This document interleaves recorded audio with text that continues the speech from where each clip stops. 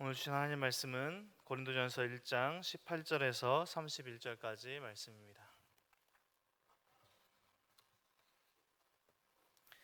고린도전서 1장 18절에서 31절까지 한 절씩 교독하시고 마지막 31절은 함께 읽도록 하겠습니다. 교독하시겠습니다. 십자가의 도가 멸망하는 자들에게는 미련한 것이요 구원을 받는 우리에게는 하나님의 능력이라.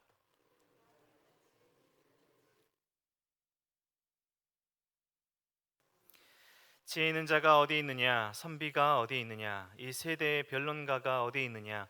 하나님께서 이 세상의 지혜를 미련하게 하신 것이 아니냐?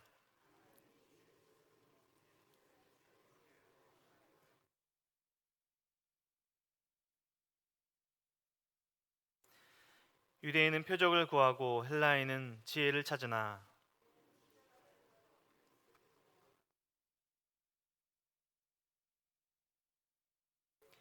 오직 부르심을 받은 자들에게는 유대인이나 헬라인이나 그리스도는 하나님의 능력이요 하나님의 지혜니라.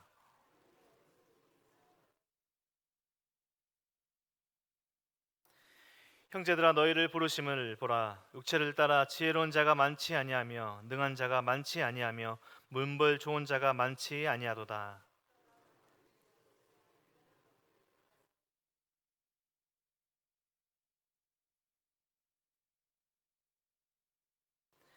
하나님께서 세상의 천한 것들과 멸시받는 것들과 없는 것들을 택하사 있는 것들을 폐하려 하시나니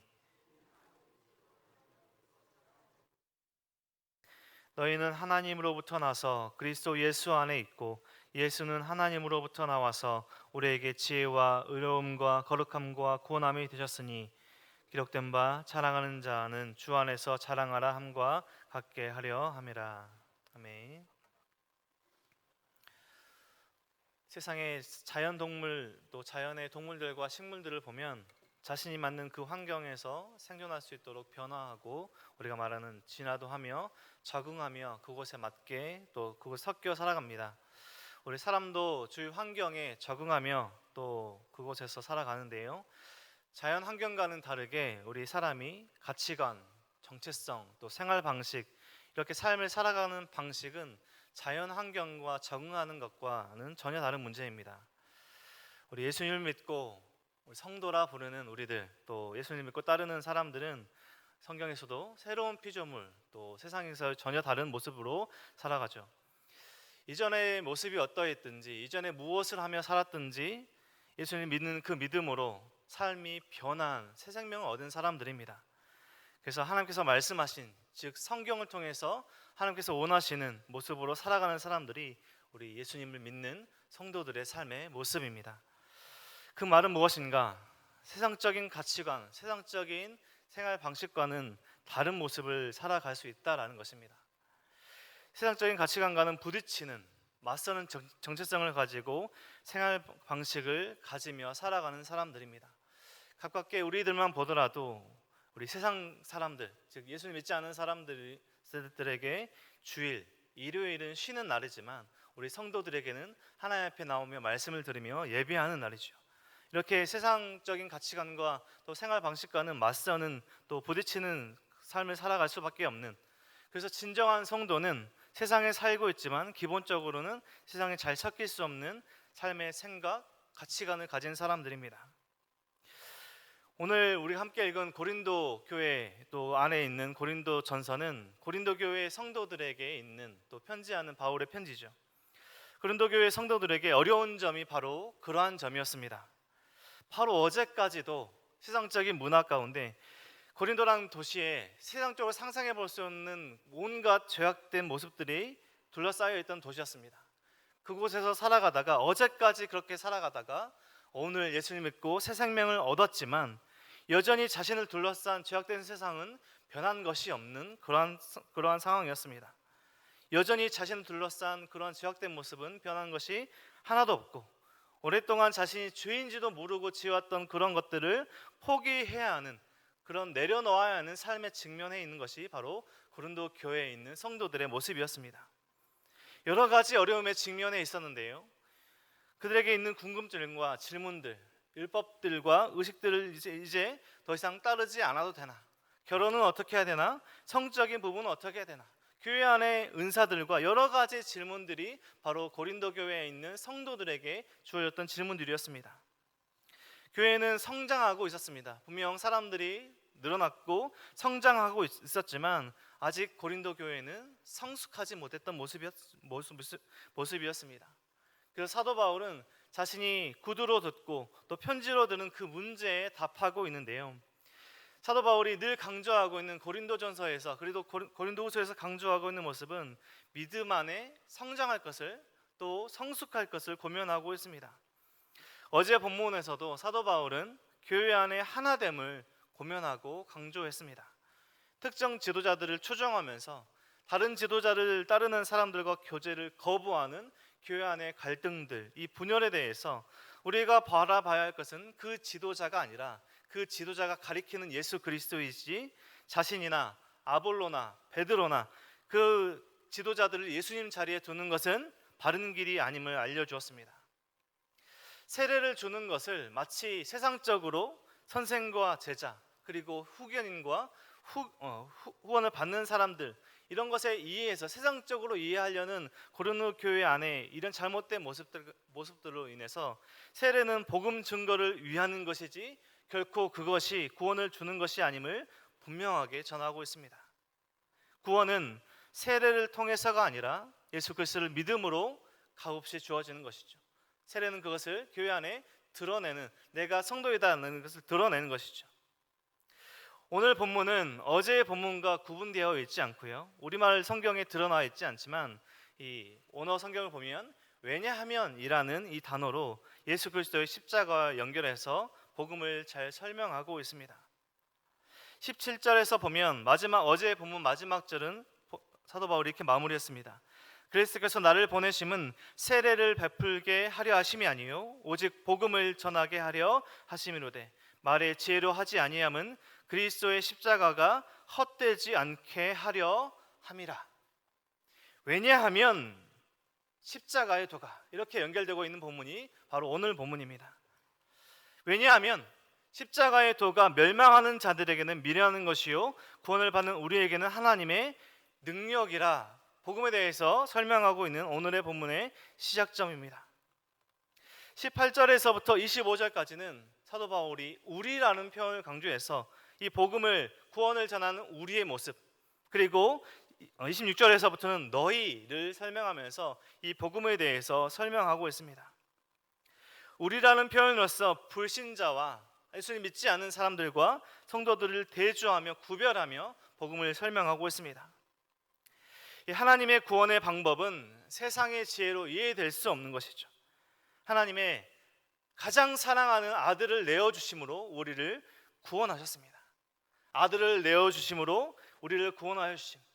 우리가 그렇게 믿고 있지만 세상적인 지혜로 이해될 수 없는 방법으로 하나님은 우리의 죄를 해결하셨고 우리를 구원의 길로 초청하셨습니다. 이것은 세상적인 지혜로 결코 이해될 수 없는 것이죠. 19절 말씀에서 기록된 바 내가 지혜 있는 자들의 지혜를 멸하고 총명한 자들의 총명을 폐하리라. 세상적인 지혜, 세상적인 지식으로는 결코 하나님을 이해할 수 없고 이해될 수 없는 것이 하나님의 구원의 방식입니다. 복음의 방식은 결코 세상적인 방법으로 이해될 수 있는 것이 아니죠. 고린도 교회의 많은 지식들과 또 많은 주변의 환경들로 인해서 이런 어려움들에 직면했을 때 사도 바울이 명쾌하게 탁월하게 설명하고 있는 것은 하나님과 우리와 구별되고 있는, 결코 우리가 하나님을 이해할 수 없다. 하나님의 구원의 방법은 세상적인 지혜로 이해될 수 없는 놀라운 사랑이고 구원의 조건이다. 21절 말씀에서 이렇게 말씀합니다. 하나님의 지혜에 있어서는 이 세상이 자기 지혜로 하나님을 알지 못하므로 하나님께서 전도에 미련한 것으로 믿는 자들을 구원하시기를 기뻐하셨도다. 결코 우리가 이해될 수 없는 하나님의 사랑과 구원의 방법에 대해서 설명하고 있습니다. 하나님의 어리석음이 사람보다 지혜롭고 하나님의 약하심이 사람보다 강하다. 우리가 너무나 잘 아는 하나님의 말씀이죠. 우리가 이 땅에 살아갈 때 세상적인 지혜로, 세상적인 관점으로 우리가 하나님을 이해하려고 할 때가 있습니다. 세상적인 개념을 교회에 도입하려고 할 때가 있습니다. 하지만 이 교회라는 복음으로 예수 그리스도의 십자가로 세워진 이 교회는 하나님의 구원의 방법으로 선택받은 성도들의 모임인 것이지, 세상적인 방식으로 살아가야 하는, 세상적인 방법으로 이루어져야 하는 그런 공동체가 아닌 것입니다. 세상적인 방법으로 이해될 수 없는 하나님의 구원의 방법, 하나님의 구원의 사랑에 대해서 우리와 불신자인 세상적인 불신자로 대조하며 사도 바울은 설명하고 있습니다. 18절에서 우리, 계속해서 우리라고 말씀했던 앞부분에서 지나서 26절에서부터는 너희를 보라 라고 구원에 대해서 상기시키고 있습니다. 우리가 구원받을 때를 생각해 보면 좋겠습니다. 하나님께서 우리를 부르실 때 우리가 어떤 자격을 갖춰서, 우리가 세상적인 기준으로 어떤 명예나 어떤 조건을 갖추어서 우리가 이곳에 예수님을 믿는 사람으로 있는 것이 아니죠. 고린도 교회의 성도들도 그러했던 것 같습니다. 사도 바울이 26절에서 형제들아 너희를 부르심을 보라. 육체를 따라 지혜로운 자가 많지 아니하며 능한 자가 많지 아니하며 문벌 좋은 자가 많지 아니하도다. 그러나 하나님께서 세상의 미련한 것들을 택하사 지혜 있는 자들을 부끄럽게 하시려고 세상의 약한 것들을 택하사 강한 것들을 부끄럽게 하려 하시며 하나님께서 세상의 천한 것들과 멸시받는 자들과 없는 것들을 택하사 있는 것들을 폐하려 하시나니. 그런도 교회 성도들에게 그들 모두 세상의 지혜가 탁월하거나 좋은 가문의 출신들이 아니었다는 것을 말하며, 그런 자들, 구원을 받을 자격이 전혀 없지만 하나님께서 택하시고 지금 너희를 부르셨다라고 설명하고 있습니다. 세상 보기에 고린도 교회 성도들도 마찬가지로, 우리도 마찬가지일 것입니다. 세상 보기에, 세상적인 가치관으로 보기에 구원받을 조건을 결코 가진 그 사람들, 우리들이 아니죠.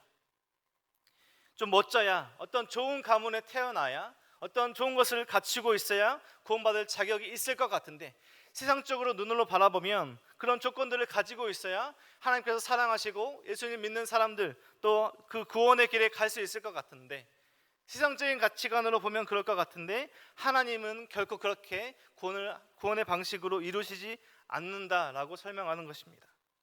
그럴 자격 없지만, 아무런 그런 구원, 세상적인 눈으로 구원받을 조건을 가진 것이 아니지만 하나님께서 택하셨기 때문에 하나님이 그 사랑으로 그 모든 것들이 이루어짐을 말씀하고 있습니다.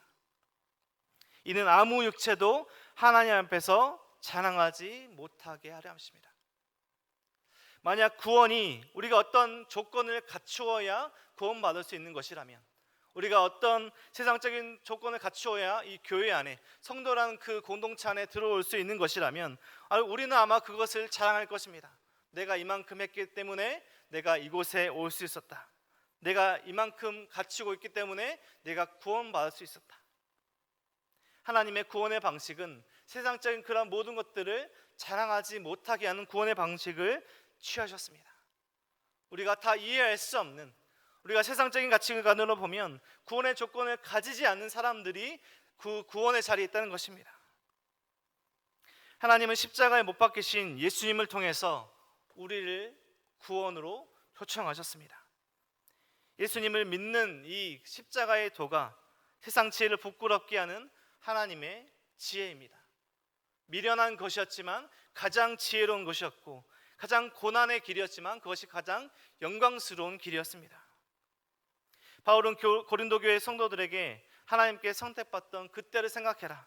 누구도 자랑할 것 없는 너희였다라고 너희로 26절에서부터 설명하고 있는 것입니다. 세상이 멸시하던 예수 그리스도의 그 십자가, 세상이 저주하던, 세상 사람들이 멸시하고 세상 사람들이 조롱하던 그 십자가를 통해서 이 세상의 지혜의 미련함과 허망함을 드러내고 있습니다. 이 세상 지혜로는 아들을 내어주신 그 사랑을, 아들의 십자가에 못 박히시기까지 그 사랑을 하신 하나님의 그 사랑을 결코 이해할 수 없습니다. 그 누구도 자신의 주어진 조건, 자신의 열심, 자신의 어떤 갖춰진 것으로 영광스러운 그 구원의 길로 인도할 수 없는 것입니다.